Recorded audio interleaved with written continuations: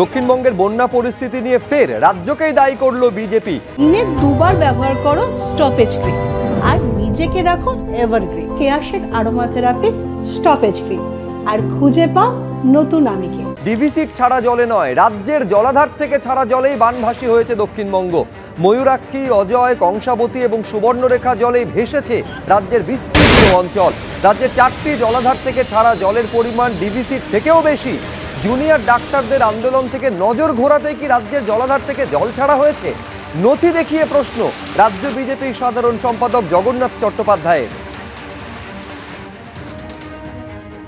DVC যে পরিমাণ জল ছেড়েছে 16, 17, 18, 19, 20, 21 এই 4 দিন রাজ্যের 4টি বাঁধ থেকে ময়ূরাক্ষী, অজয়, কংসাবতী এবং সুবর্ণরেখা এই 4টি নদীর যে বিভিন্ন ব্যারাজ এবং ড্যাম সেই সিস্টেম থেকে যে পরিমাণ জল ছাড়া হয়েছে তার সব মিলিয়ে ডিভিসির ছাড়া জলের থেকে বেশি।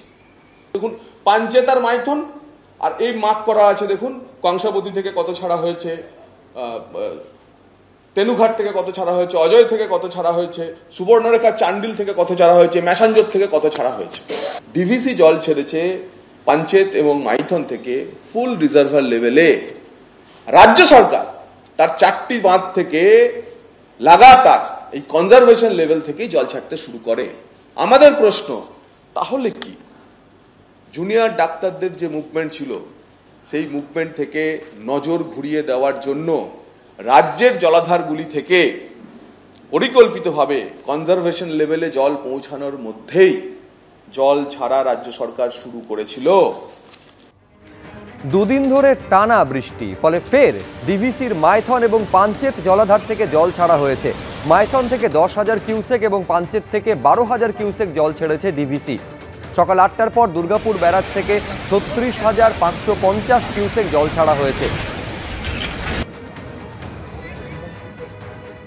এদিকে ঘাটাল এখনো জলমগ্ন। ফের বৃষ্টির জেরে চরম আশঙ্কায় ঘাটালের বাসিন্দারা। ডিঙি এবং নৌকাতে যাতায়াতি ভরসা তাদের।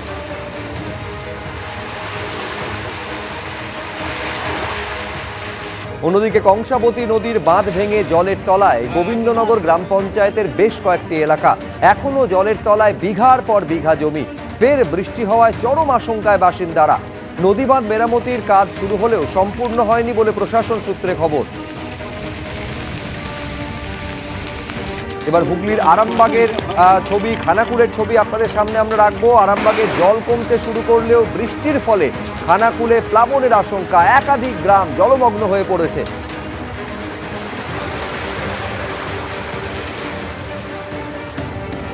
তো বন্যার জল এখনো অর্ধেক বাড়িতে আছে, অর্ধেক বাড়িতে নেই। আর এই যা আকাশের বৃষ্টি যে কাল দিয়ে ধরেছে, ভালোই বৃষ্টি হচ্ছে। বাড়ি যেতে কিছুদিন আগে যেতে পারছিলাম না, এখন তবে হাঁটু পাড়িয়ে জল পাড়িয়ে যেতে হচ্ছে বাড়ি, যাওয়া যাচ্ছে বাড়ি। হ্যাঁ, এই বৃষ্টির ভয়েতে এখনো ভয়ে আছি যে আবার কি বন্যা হবে কি না।